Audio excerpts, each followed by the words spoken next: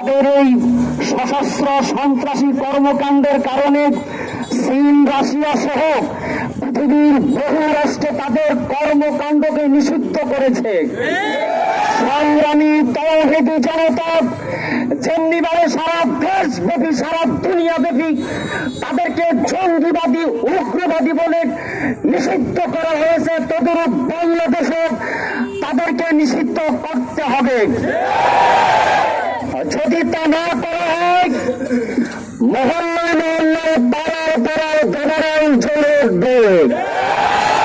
সংগ্রামী তাওহীদি জনতা, আপনাদেরকে বলে দিচ্ছি, শুধু